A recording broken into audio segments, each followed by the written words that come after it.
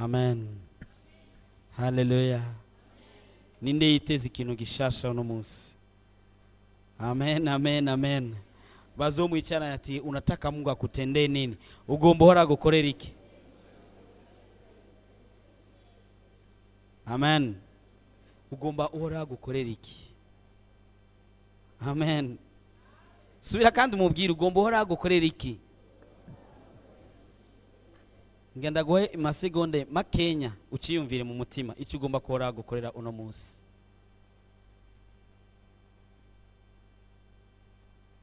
Amen. Nanje hari cyo mbwiye uhoraho. Amen, amen.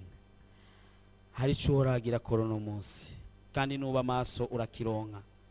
No munsi udasanzwe. No munsi uhoraho yaremye kubgawe. Iyaba waruzi ingene Imana igukunda, iyaba waruzi ingene Imana ikwitwararitse, n'ubu bifata minenegwe.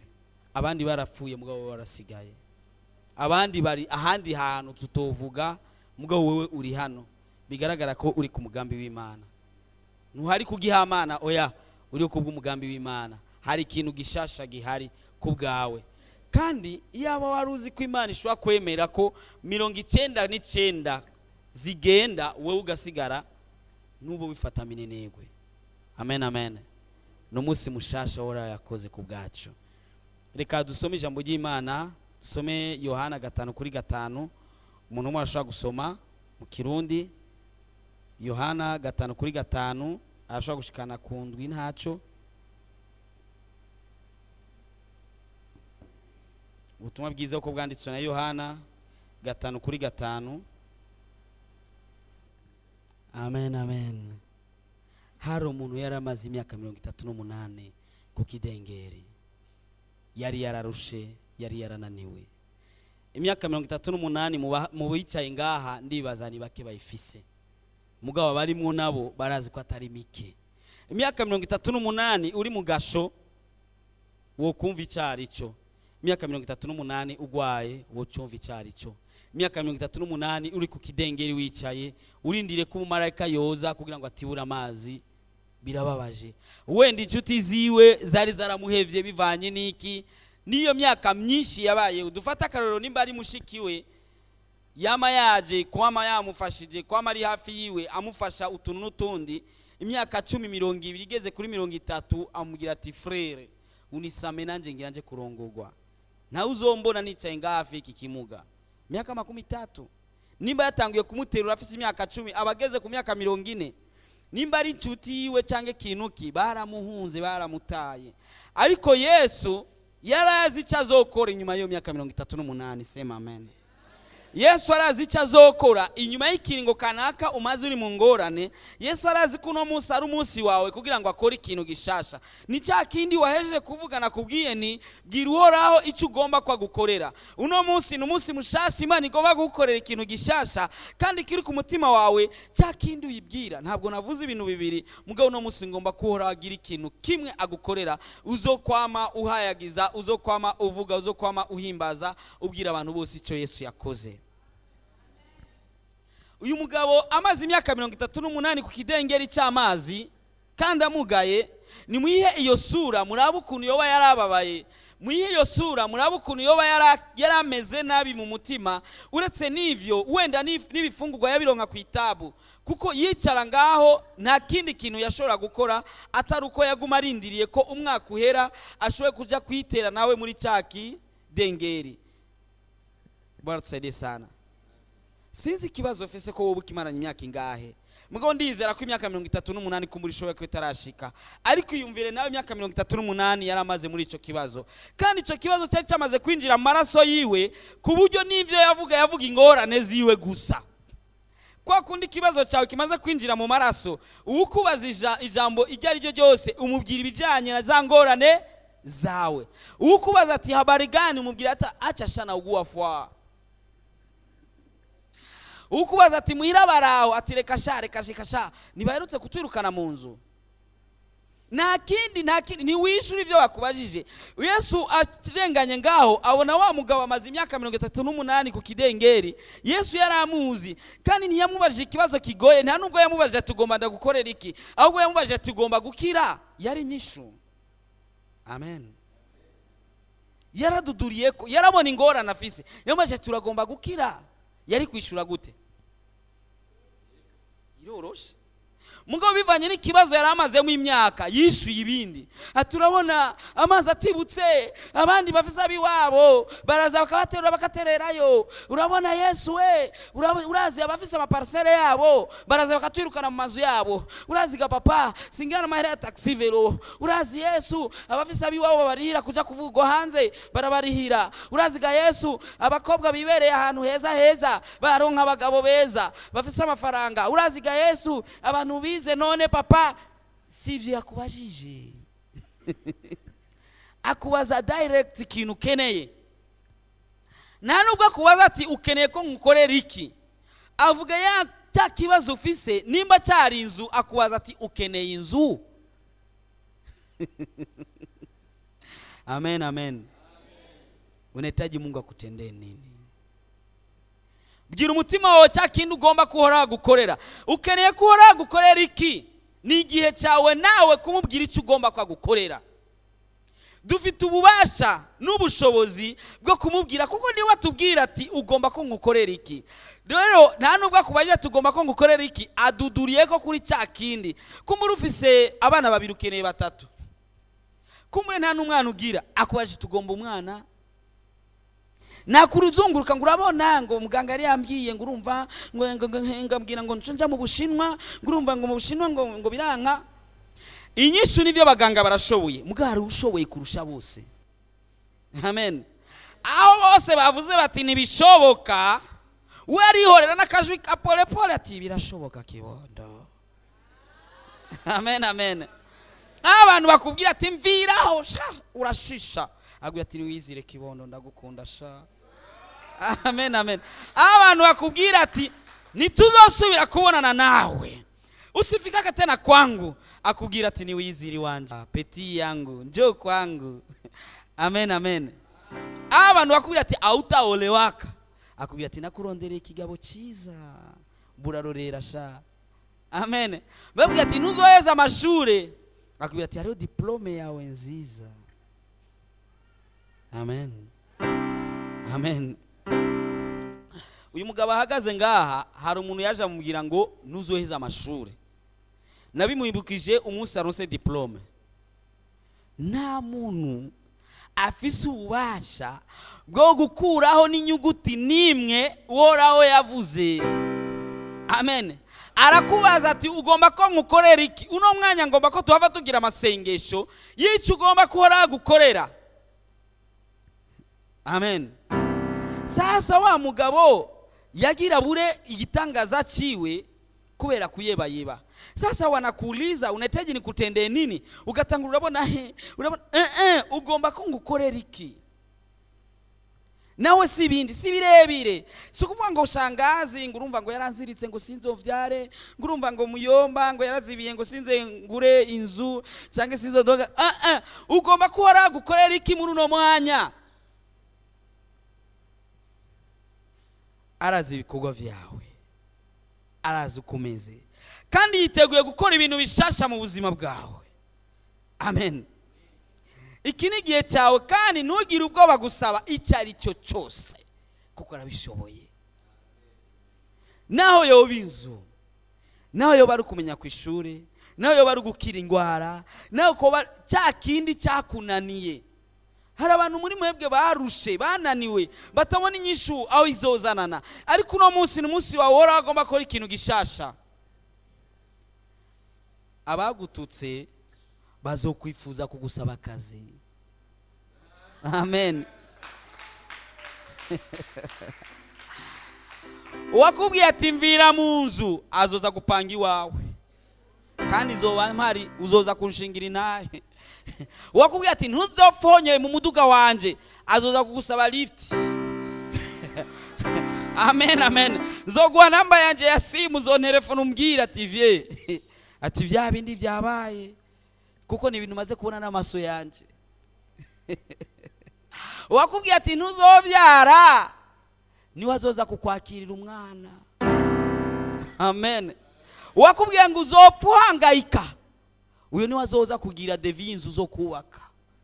Amen, amen. ibyo si reka mbabwire wenda wibaza ko ivyo ndiko ndivugisha. Barutimayo usomye muri Mariko ubutumwa bwiza uko bwanditswe na Mariko igice cya 10 ku murongo wa 46 hari umugabo yitwa Barutimayo ntiyabona, yari impumyi, kandi kuba ari impumyi byaramubabaza cyane. Ndazi umuntu atabona sinzi kurigara ugara amaso n'amasaha n'isaha imwe yonyine iminota 60 birababaje cyane. Ariko igihe yumvise Yesu arenganye yarakomye induru atakamba ati Yesu Yesu umwana wa Dawudi ungirira imbabazi. Abamubwira ati hora nibo bamubwiye ati ingo umwami araguhamagaye. Sema amen. Abakubwiye ati hora nibo bazoguhamagara ati araguhamagaye. Kutavyumva. Ico gihe Barutimayo yaratakamba atakambira uwo tabona, yumva gusa amajwi bavuga ko ari Yesu w'i Nazarete umwana wa Dawidi, nawe akaguma komindura ati Yesu Yesu umwana wa Dawidi ngirira imbabazi. Maze abantu bari ngaho baramuceceza ati hora. Abantu bigira abahagarikizi b'umupira w'ubuzima bwawe akubwira ati reka wowe bishobora, wowe umva bishoboka ntacyo. Bajya bose bakubwiye bati hora zurabandika ati 2 3 4 5. Bajya nyine bazoza kubwira ati umwami araguhamagaye. Amen amen. Abase kuri inshuti zabo bazoza bakubwira ati buri urazi kuri inshuti yacu, urazi ko we mu miryango urumva misanzwe wewe uri binamu yake ya shangazi yake ya mjomba yake ya mamake mdogo ya mamake ya mama yake ya mama, ati tubiravye neza wowe uri nka muyomba. Mugabo igihe wamutura ikibazo yakubwiye ati sinkuzi, ati buri yavuka he, ukavuga komine n'agasozi ati okay ndaza abantu babayo ntacu genda tuzobira. Ariko umunsi yakwishiye inshuti yanje Imana yahezagiye imuhezagira bose bareba bagatangura kubazanya mbese uriya yasengeye. Uwimana yahezagiye imuhezagira bose baraba baca batangura kubazanya ati buriya yasengerahe, mbe byagenze gute, ujya si wa mukobwa ko antuzenya, ujya si wa muhungu ko antuzenya. Kibi kibazo kuko yakwishuye uno musa agomba yishure. Amen. Uno musa agomba yishure. Haragera igihe uca mu bibazo bikakurengana ukuntu bikagucisha ahandi hantu kugeza abantu bakwibagira n'izina, kugeza abandi bakwita yandi mazina utiswe, abantu bakakuvuga uko tari. Imana ikihorera ikavuga ati ndarindiriye wa munsi ninamwishura bose bazobazanya bati mbega yasengeye he. Niya kwishura abantu bazobazanya mbega wa undavuka he. Babandi bavuga ngo sinkuzi bazoza bagukomera amashi bavuga ati buri uri inshuti yacu. Ivyo ni ibintu nzi kandi bizoba kuko Imana igira yishure. Akubaza tugomba ko ngukorera iki. Ibintu bipfira mu masengesho, ugenda gusaba ikamambiri mu gishingo cyo gusaba ibirato. Bwana tusaidie sana. Ugenda gusaba umushwara mu gishingo cyo gusaba ishuka. Bwana tusaidie sana. Hari igihe bisaba gusaba ikintu nyaco atari bya bindi byo gufyina. Umugabo umwe niwe yaragiye gusaba Imana miliyoni, ahurira n'undi muntu ariko asaba 5,000. Acambye ati uravamo wewe, ati uja gusaba Imana 5,000 uravamo jewe mangane n'Imana mu miliyoni. Aca baramuhaye bya 5 atakira uravamo, akira 5 wewe uravamo. Amen amen. Na wa undi wa 5 yarishuwe niho Imana yacishije. Amen. Nawe Imana irazi aho ibicisha. Amen. Umugabo umwe yasavye Imana umuliyoni. Umugabo ntiyavuga umuliyoni w'amafaranga make. Amanyazimbabwe, umuliyoni w'amanyazimbabwe ungana $1 nuvuga 1,400 cy'amarundi. Imana imu umuliyoni w'amanyazimbabwe. Niyatomoye neza, iyatobora nkeneye kuza gusenga utomoye bien. Nimba ukeneye umuliyoni usaba umuliyoni, nimba wari amarundi, nimba ari amadolari, nimba ari iki, nimba usaba imuzu na modele yayo. Amen. Nimba usaba ikaye usaba ikaye ninge nimeze.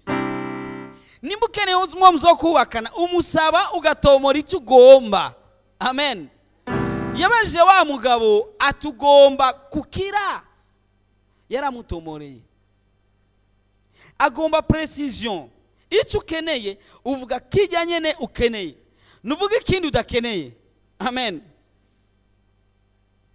Ngubu ndazi nk'ubu hari abantu ko muri bosavye ati mana mu miliyoni ukazibona umuntu aje kuzana miliyoni y'amanyazimbabwe, ukakivuga ati kora amahera yo hanze ndibaza ngana n'amadolari, wagende bagaca guha idolari iryo rimwe. Hari igihe usaba Imana déplacement ukaronga agakinga nawe nyene kavunitse, kuko niwatomoye usavye ikinga, saba ikinga kandi ritomore neza ati kinga rikomeye. Amen. Amen. Amen. Amen. Harageze igihe aho tugomba gusenga rero. Duhaguruke. Ndifuza ubwa mbere na mbere gusengera umuntu yoba yarasubiye inyuma cyangwa atakigenda neza nk'uko Imana igomba. Amen. Kuko amasengesho y'umunyavyaha ni gisesema imbere y'Imana, ariko amasengesho y'umugororotsi amota neza imbere y'Imana. Ndagomba gusengera umuntu atagenze neza imbere y'Imana, agomba kwatura cyangwa agomba gusengerwa kwihana, ashira ukuboko hejuru. Yesu aguhezagire cyane. Ushobora kugira intambuko ukaza hano imbere, ushobora kugira intambuko ukaza hano imbere, byo byiza cyane. Yesu aguhezagire cyane. Yesu aguhezagire cyane. Yesu aguhezagire cyane. Haleluya. Ndazi ko uraza gukora ikintu gishasha no munsi. Numunsi utigeze kubaho kandi utazosubira kubaho. Ni tariki zitigeze kubaho kandi zitazosubira kubaho. Tugomba tubasengere baza gusubiramo ano majambo uti Mwami Yesu, ndaje imbere yawe, ndi umunyavyaha, nakoze ibibi byinshi, ndagusaba ko umparira ivyaha byose, umpanagure mu gitabo cy'urupfu, maze unyandike mu gitabo cy'ubugingo, mu izina ryawe ryera Yesu. Amen. Reka dusenge. Baba, katika jina la Yesu Kristo, ndagushimiye kuri Imana nziza, Imana igororotse, Imana igira neza bukira bugaca. Ndakuzi Imana, uraseruka mu bihe bigoye. Ndakuzi wewe mu misozi ugumuri Imana, kandi urakara no mu miyaya, mbere no mu misozi kandi ukabukomeye. Kandi ndakuzi Imana ukora mu gihe hari izuba ryinshi, ndakuzi urakora naho bari imvura nyinshi. Ndakuzi Imana igaragara. Ndaje imbere yawe nkwereka uno mwene data, eraba yari yasubiye inyuma, eraba yari yakoze bitameze neza, eraba yari yakoze ibyaha, none araje imbere yawe kugira ngo yihane, yaturisha akanwa kiwe ko aje kuri wewe. Mu izina rya Yesu Kristo ndagusaba Kristo ko ugira neza ukamuharira, umuharire nk'uko wahariye abandi, umuhanagure mu gitabo cy'urupfu, maze umwandike mu gitabo cy'ubugingo. Ni mu izina ryawe ryera Yesu Kristo, Mwami w'umucunguzi wacu. Amen. Yesu abahezagire. Mutaraja kwicara, hoba hariho abatarabatizwa mu mazi menshi. Mu mazi menshi ni kuvuga ko akundi tubatiza tukabashira mu mazi, agahambana na Kristo, akazukana na Kristo. Hari utarabatizwa? Yesu aguhezagire. Yesu aguhezagire. Nitwaheze inyigisho muca mubona n'ujya mu papa arashaka kuzana imbere mubone. Hari n'abandi kumuri bagize isoni kuvuga, mugabo nabo nyine abatarabatizwa bace babona n'uyu mu papa, muraza kuyaga nitwaheza inyigisho z'uno munsi. Amen. Amen. Urashaka kuja kuvyagira. Haleluya. Ndagomba rero wa mwanya w'inyishuza abantu. Umuntu wese yafise ico yabwiye Uhoraho aguma hagaze, icyo agomba kuhora amukorera. Ndagomba baririmbyi ko bondirimbira akaririmbo, baturimbira indirimbo imwe yonyene, turirimbe twese. Uw'Imana yahezagiye imwezagira bose bareba.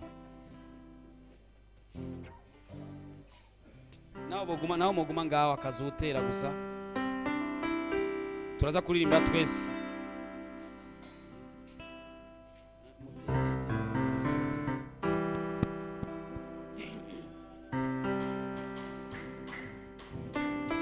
Imuhezagira bose bagatangura kubazanya Mesuriya yasenge Uwimana yahezagiye yamuhezagiye bose bareba bagatangura kubazanya Mesuriya yasenge Uwimana yahezagiye yamuhezagiye bose bareba bagatangura kubazanya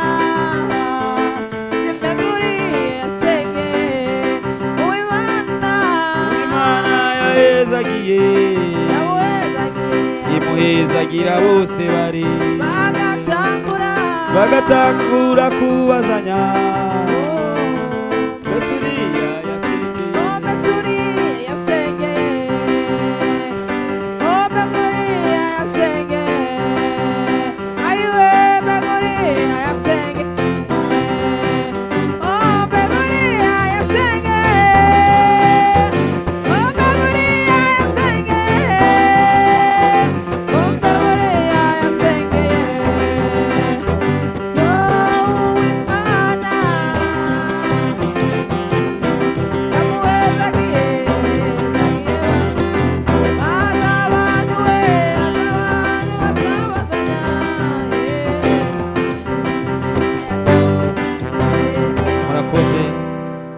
ndagomba abo bakeneye gusengerwa mugume muhagaze. Ndagomba kubwira Imana kuri hano kugira ngo agukorere igitangaza hagati mu kuririmba, kandi ubu uri kurabwira Imana icyo ugomba kugukorera. turi imbere yawe Mana, turi imbere yawe utugenze uko ushaka, turi imbere yawe, turi imbere yawe Mana, turi imbere yawe.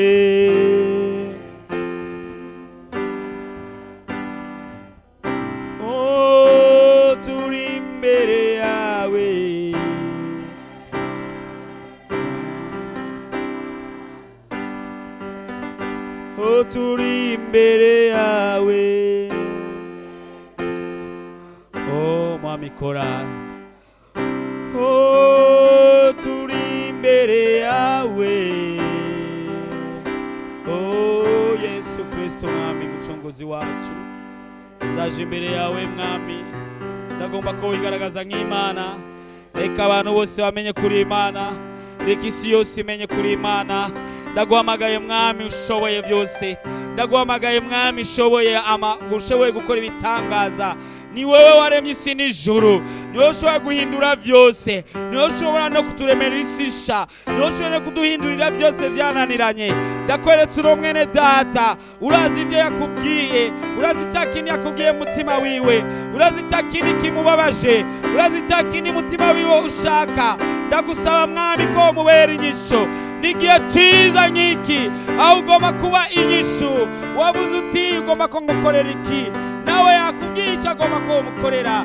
Gira Mana useruke, reka Mana useruke mwami, reka isi n'ijuru bimenye kuri Imana nziza, reka abantu bose bamenye ko yishuwe, reka ababanyi babimenye, reka ntazarinde kubibabwira babyibonere n'amaso yabo. Reka Mana abantu bose bamenye kuri Imana, niwigaragaze nk'Imana. Turizeye kuza kubikora, turizeye ko abatabyara bagiye kubyara, turizeye ko imisoro yari ikeneye kubaka uzabo bigiye gukunda. Turakweretse Mana n'ababandi Mana bafite ikibazo cy'inzu, papa ubabera inyishu, papa ubabera inyishu, wigaragaze nk'Imana. Reka amahanga yose abimenye, reka abantu bose babimenye. Papa Erabu uyu mama yararize, harageze n'igihe duga umusozi mugabo ntibyakunze, ariko uno munsi uraje kwishura. Reko darase. Papa, ndagushimira kugira neza, ndagushimira ko ari uwo munsi w'inyishu. Reka amahanga bimenye kuri Imana. Reko darasaigo. Mana zima, ndagushaka mu mwanya nk'uyu wigaragaza nk'Imana nuko wagaragaye kuri wa musozi Karumeli. Abantu bose baramenya kuri Imana. Uri Imana, uri Imana wishura, uri Imana useruka, uri Imana useruka bose bahunze. Reka abantu bawe bakumenye, reka abantu bawe bakumenye, reka abantu bawe bishukwe. Ni mu izina ryawe ryera Yesu Kristo umucunguzi wacu. Amen.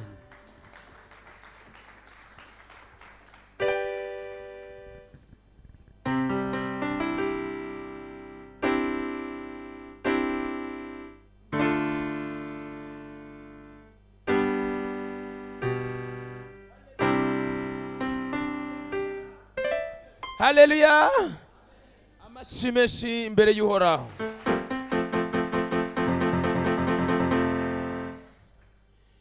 Imana iza gutabara ibicisha mu message menshi. Iratangura ikabicisha mu ndirimbo, ikabicisha no mu ijambo ryayo. Amina. Jewe nafashwe ku mutima cyane kandi nagize umunezero mwinshi, nongera ndagira n'agahinda kenshi, kandi ndibaza yuko umutwaro wanje Imana yaje kuwishura. Amina. None abaririmbyi baririmbye indirimbo ivuga ngo mbese ngo ujya muntu ngo ko yatabawe ngo ko yahezagiwe yasengereye hehe. Amina. Urashobora kuba uri mu ivuatiri nziza, uri kurahita muri ville, bagasigara babazanya bati none yasengeye ko yatabawe n'ingoga. Uzotunga urutoki uvuge ni muri Hope Church. Amina. Amina. Ati yatabariwe muri Hope Church, atasengewe n'umukozi w'Imana, umuvyeyi wacu Jackson Nkishimana. Amina. Imana yamusize amavuta menshi cyane, hajya no katidondoye mu bintu byinshi, nanje naratabawe biciye kuri we. Amina.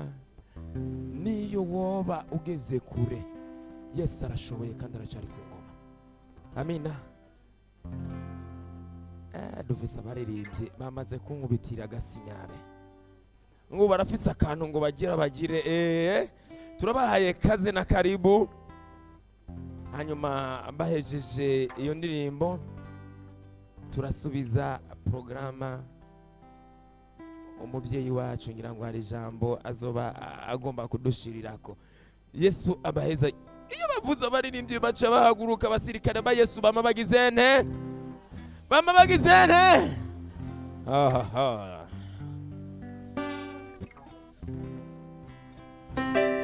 Mucubahiro cyanyu.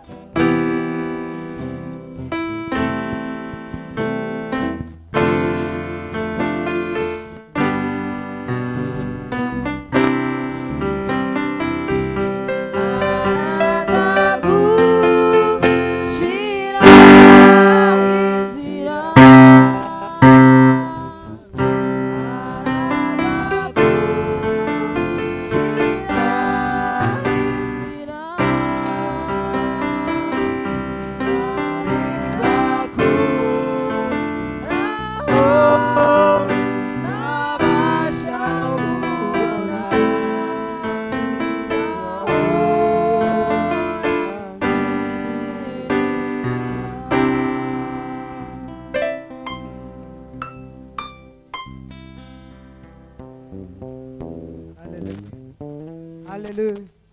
Muvyaguruke tutazira Imana. Tugire kwikura ku cavu na Dawidi yarayitambiye. Hallelujah.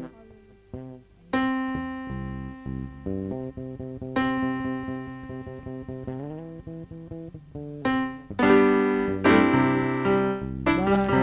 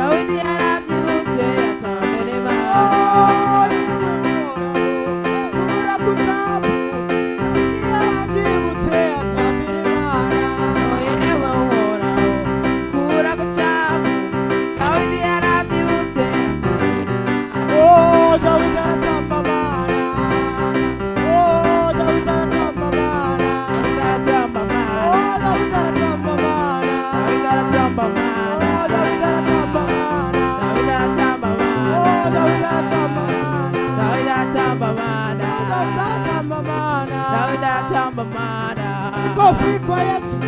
Mundu kwa Yesu. Makofi kwa Yesu. Haleluya.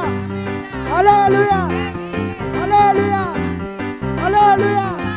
Kama unapenda Yesu sema amen. Amen. Amen. Tamba Mana. Oh, tamba Mana.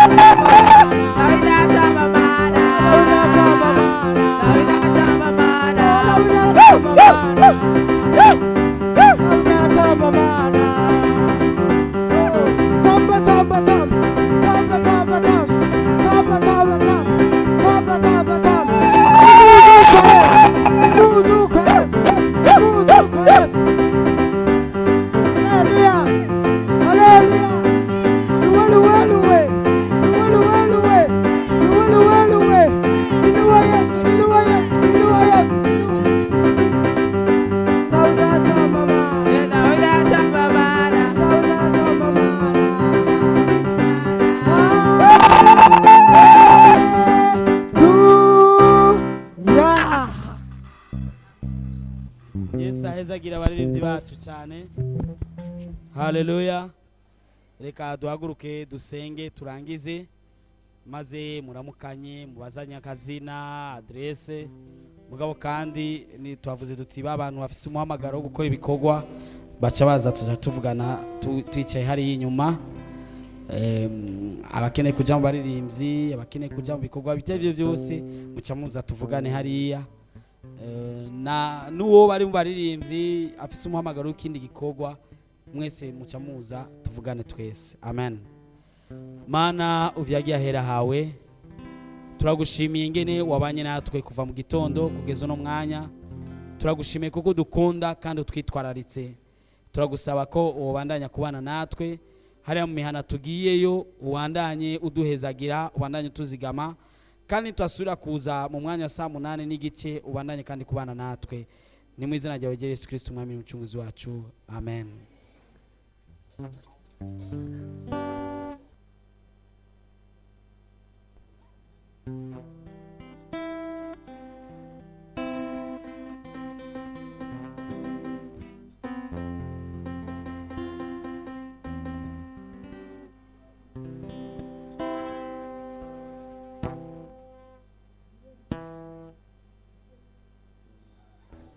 Hallelujah.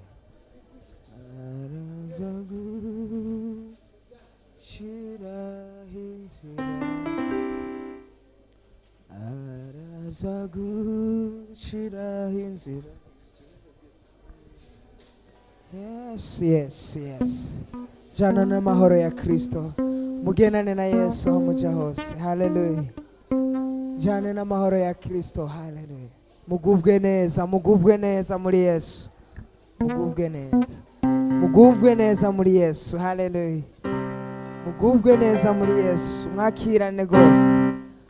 Mugubwe neza muri Yesu. Mwakirane gose.